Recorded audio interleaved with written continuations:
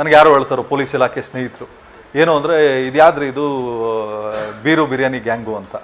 ಭಾಳ ಬೇಜಾರಾಯ್ತು ನನಗೆ. ಯಾಕಂದರೆ ಇದು ಈ ಒಬ್ಬ ವ್ಯಕ್ತಿ ಕರೆಕ್ಟಾಗಿ ಇದ್ದಿದ್ದಿದೆ ಸರ್. ಬಾಕ್ಸ್ ಆಫೀಸ್ ಸುಲ್ತಾನ್ ಅಂತ ಸುಮ್ಮನೆ ಏನು ಕರೀತಾರಲ್ಲ ಈತನ. ಯಾಕಂದರೆ ಈತನೂ ಹಂಗೆ ನಡ್ಕೊಳ್ಳೋನು ಸರ್.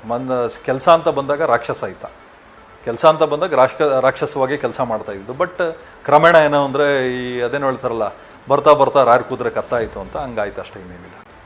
ಅಂದರೆ ನಾನು ಏನು ಮಾಡಿದರೂ ನಡೆಯುತ್ತೆ, ನಾನು ಸ್ಟಾರು, ನನಗೆ ದೊಡ್ಡ ಮಾರ್ಕೆಟ್ ಇದೆ, ಇದು ಬಂದು ಬಿಡ್ತಾ ಹೆಂಗೆ ತಲೆಯಲ್ಲಿ ಸರ್?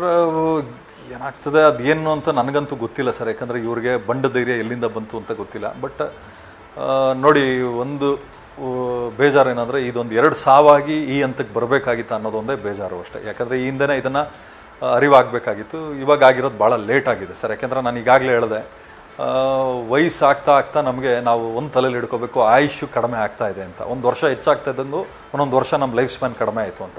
ಆದಷ್ಟು ನಮ್ಮ ತಪ್ಪುಗಳನ್ನ ತಿದ್ದುಕೊಂಡು ನಾವು ನಡೆಯುವಂಥ ಕೆಲಸಗಳಾಗಬೇಕು ಹೊರತು ನಾನು ಮಾಡೋದನ್ನೆಲ್ಲ ಸರಿ ಅಂತ ಅಕ್ಕಪಕ್ಕದಲ್ಲಿರೋ ಸರ್, ಅಕ್ಕಪಕ್ಕ ಇರೋದು ಜೈಕಾರ ಹಾಕೋಕ್ಕೆ ಇರ್ತಾರೆ ಸರ್. ಇವಾಗ ನನ್ನ ಹತ್ರ ಇರೋರಲ್ಲ, ನಾನೇನಾದ್ರು ತಪ್ಪು ಮಾಡಿದ್ರೆ ಇಲ್ಲ ನೀವು ಮಾಡಿ ತಪ್ಪು ಅಂತಲೇ ಹೇಳ್ತಾರೆ ಸರ್. ನಾನು ಮಾಡಿದ್ದಲ್ಲ ಸರಿ ಅಂತ ಯಾವತ್ತೂ ಹೇಳಲ್ಲ.